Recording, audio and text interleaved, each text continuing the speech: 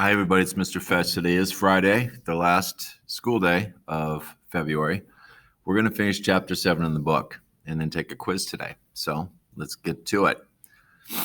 Nobody wants you. The boy next to him leaned over to say in a nasty whisper, because you are Irish. Mr. Macaulay was trying to help you, but really he marked you damaged goods. These people here don't like the Irish. What do you mean, William asked. Well, you all come over to America with your potatoes tied, right? The boy asked, and William nodded. So you came here to America poor and starving. How are you supposed to make their country better? They think you made it worse. They wish you would just go back where you came from.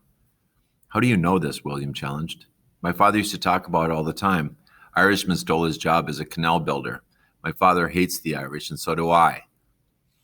The boy explained. He faced forward and refused to say another word to William. May the cat eat you and the devil eat the cat, William cursed at the boy. William felt his face redden and his eyes fill with tears. How could Mr. Macaulay and Officer Sullivan not tell him this? How could they put him up here like a fool, hoping someone would take him?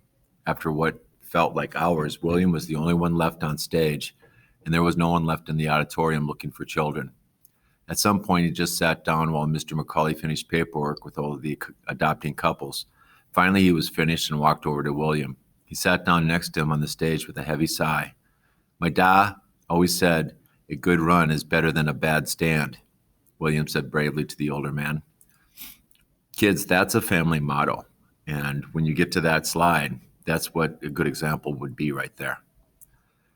I would agree, but my dad always said, a good laugh and a long sleep are the best cures in the doctor's book.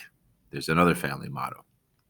What do you say when we get out of here and get some dinner on our way back to New York? I know a great pub a few hours from here, Mr. Macaulay said. Sure, William agreed sadly.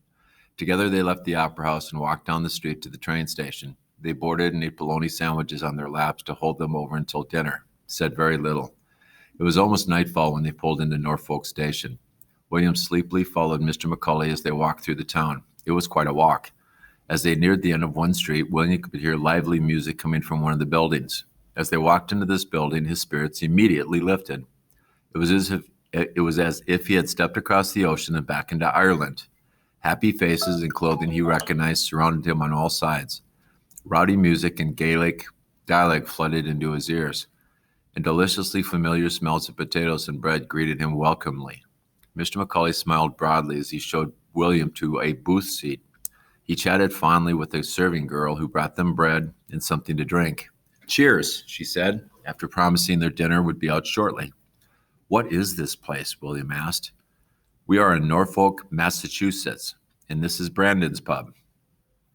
All of these people look Irish, William said. Aye, they are, Mr. Macaulay affirmed. But I thought that boy said no one likes Irishmen. Why are they all here? Well, just because someone says something harsh doesn't mean we back down and go home. Where's the Irish strong in that? No, everyone in here has heard their fair share of mean things, but the way they got through it was sticking together. They made a nice place for Irish people here in Norfolk. William sat and thought about this a while he ate his dinner. He watched the men drinking and talking. He watched the workers serving food. He watched a few people dance to the music. Everywhere he looked, there was something to bring a smile to his face. He suddenly wished that he could live here. Who you got there, Macaulay? A friendly red-headed woman asked. This here is William. He comes from our fair Ireland. He's been riding the train with me. Today we've been in Indiana, just on our way up back home to New York now. Ah, I see. What's that beyond the pale? She commented sadly. Why's that? Asked William.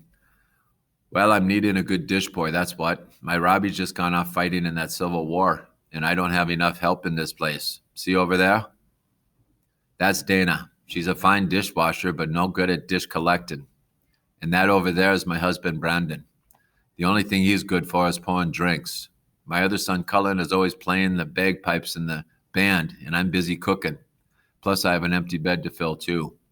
I wonder where I'd find a good, strong Irish lad to help me. Oh, I could help, William said.